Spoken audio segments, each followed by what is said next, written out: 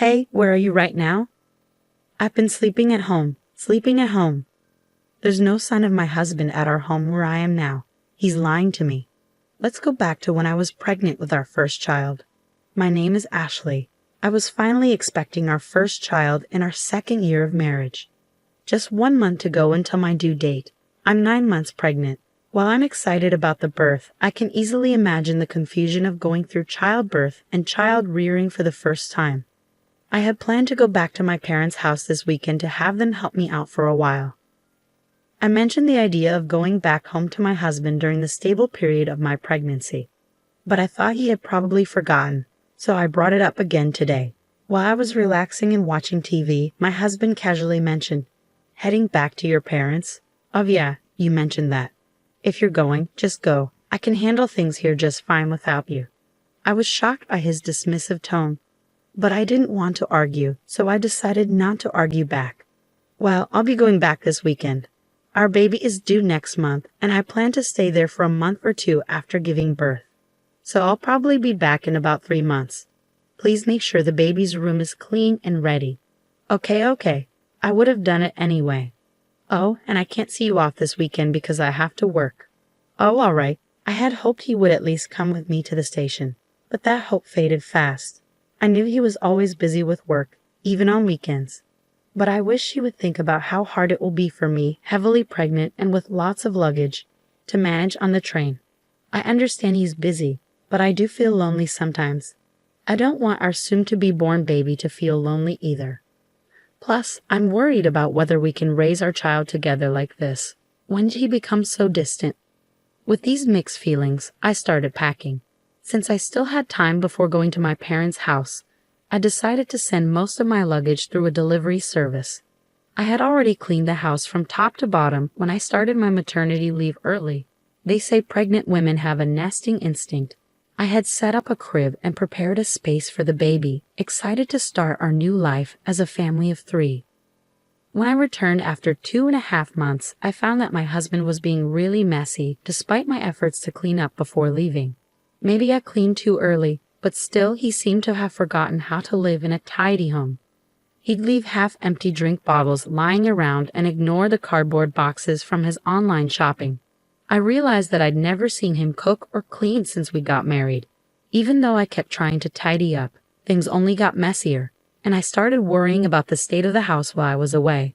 But with the baby coming soon, I had to focus on preparing for childbirth. The weekend came quickly, and I went to my parents' home. Meanwhile, my husband didn't even see me off to work. While I relaxed at my parents' place, I stayed in touch with him through emails every day and called him about every 3 days. But gradually, he started ignoring my calls more often. When I managed to get through to him, I noticed he'd been avoiding my calls lately. I asked, "You've been hard to reach lately. Are you busy?"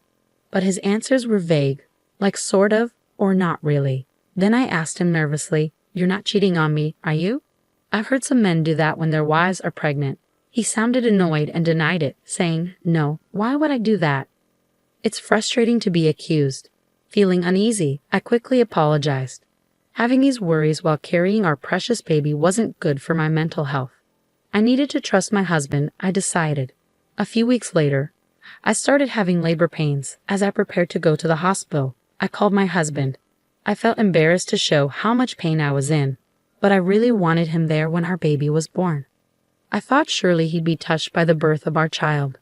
I'm in labor. It usually takes about half a day for the first baby to arrive, so if you leave now, you should make it in time. I really want you here when the baby is born. You can even cut the umbilical cord. When I asked him to come, my husband sighed in annoyance. "What? You want me to come by train right now?" "Sorry, I'm tired too, I can't. I have work tomorrow." I was shocked. "Are you still talking about work at a time like this? Our baby is being born. Isn't our child more important than work?" He snapped back, "Stop it. My job can't be replaced. This is a once-in-a-lifetime moment, I know.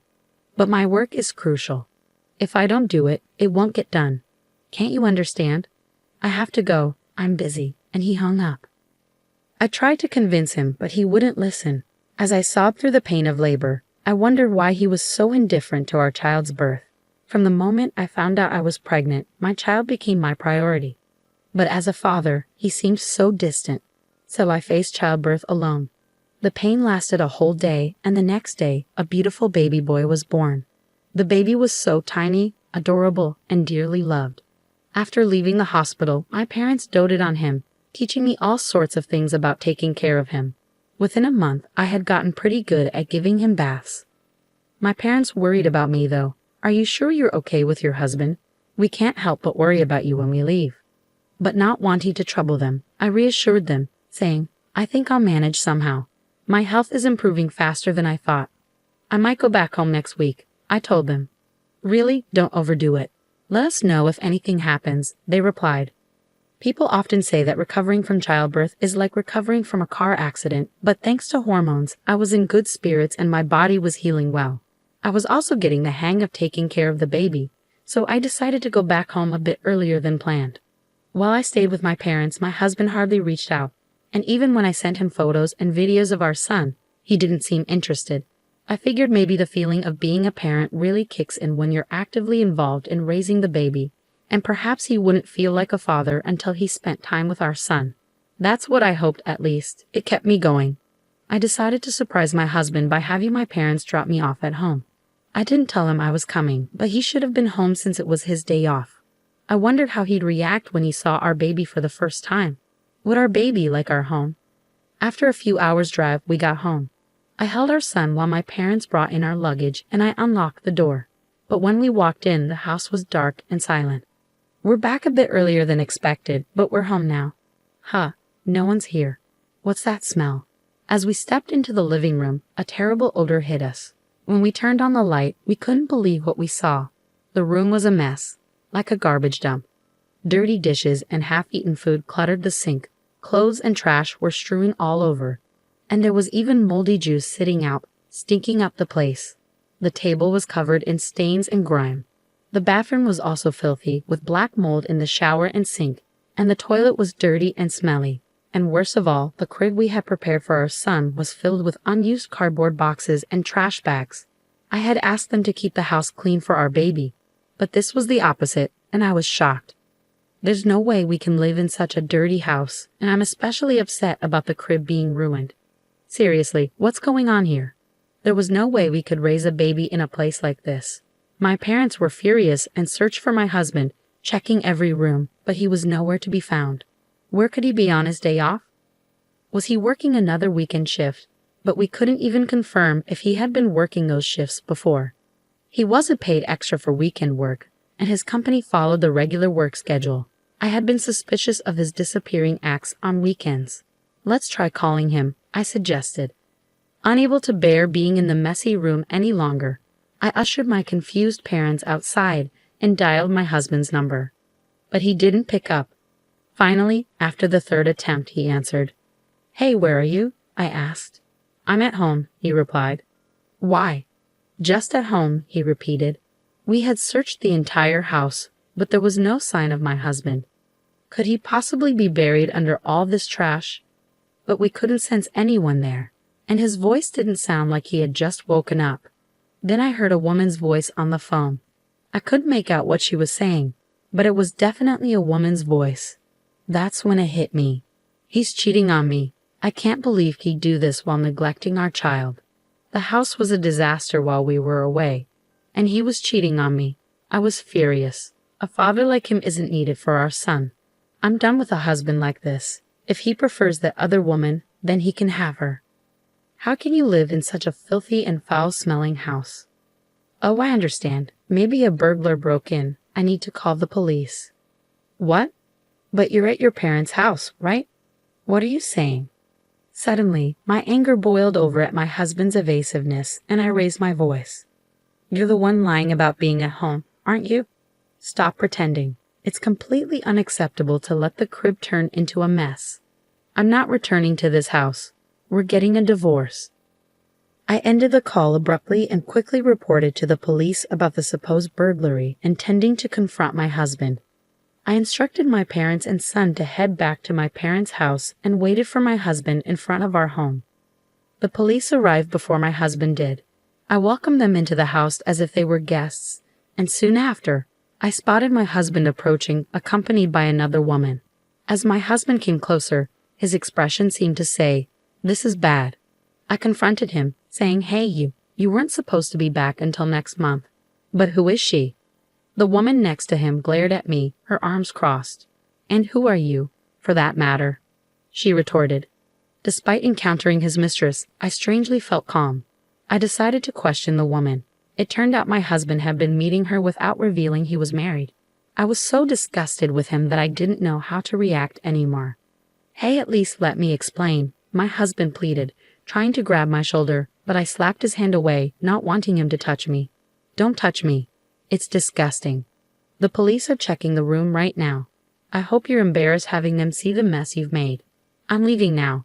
You can explain to the police. Goodbye." Leaving them stunned, I went back to my parents' house, ignoring the numerous calls from my husband. That night, I finally decided to respond.